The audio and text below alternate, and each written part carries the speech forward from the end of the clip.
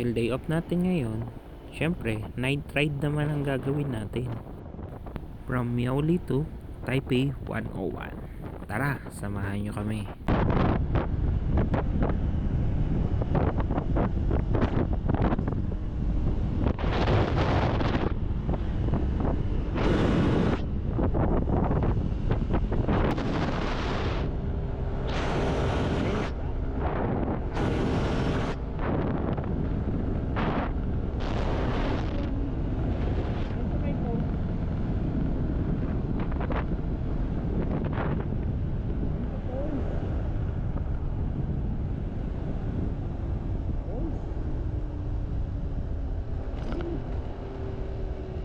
Siya walay.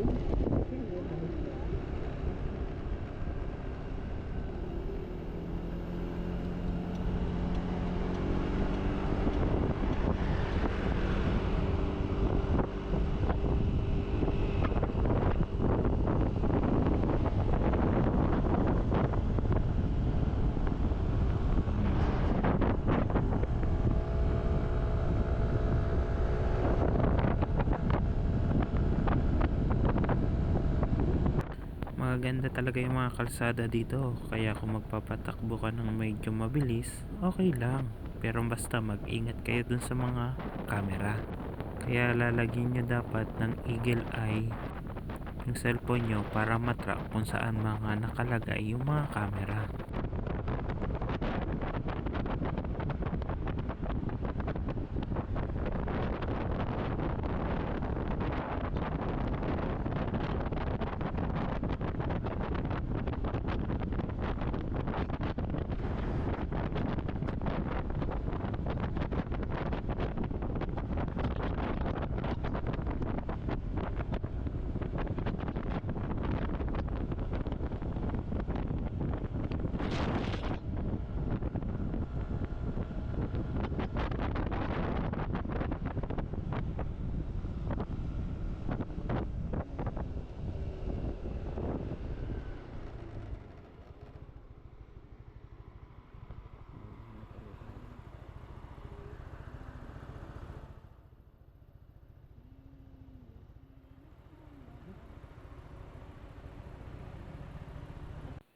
Hop, 30 minutes na lang na biyahe, kaya tara, mag-teleport na tayo.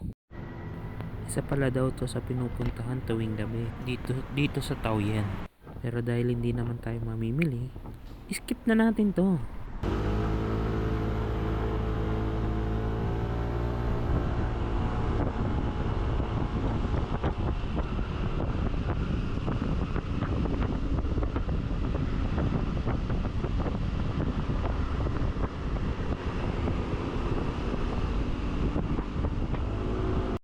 May parking space pala sa mismong harapan ng 101 at yoyo lang yung gamit.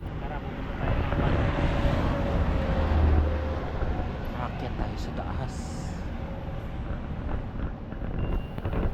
Pero syempre, hindi na tayo umakyat talaga sa taas kasi nga may bayad.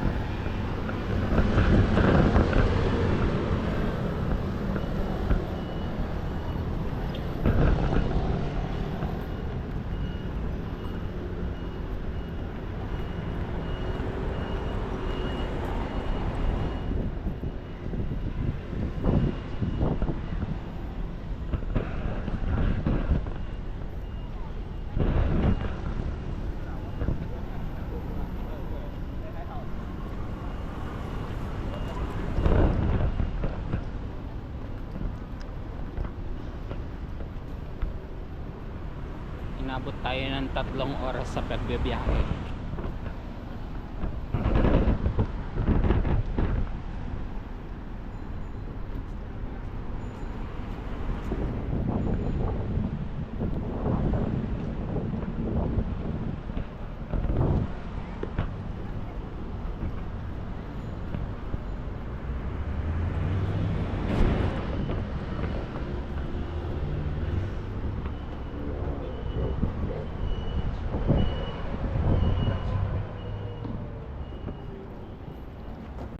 Welcome to 101.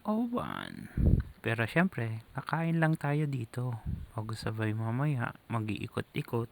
para makita natin kung gaano kaganda ang view sa malayuan ang 101. So yung food court pala nila nandoon sa basement 1, kaya doon tayo dediretso.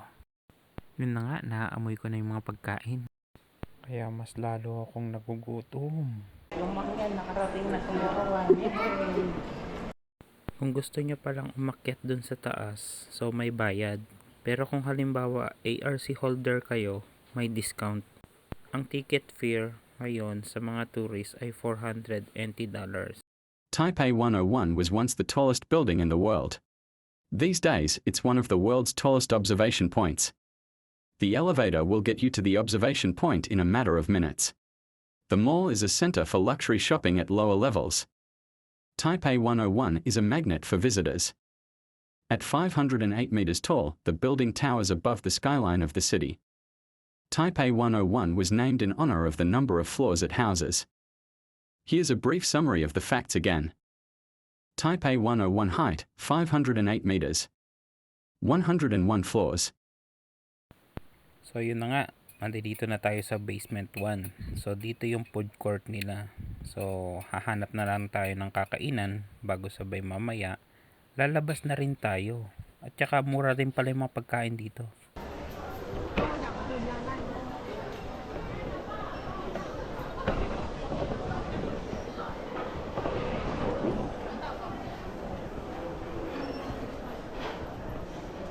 So dito na nga tayo dumiretso para makapamili agad ng pagkain. Dahil gutom na nga, nakalimutan ng i-video ang kinain. Guys, punta tayo dun sa observatory. Hindi pala, sa taas pala yung observatory.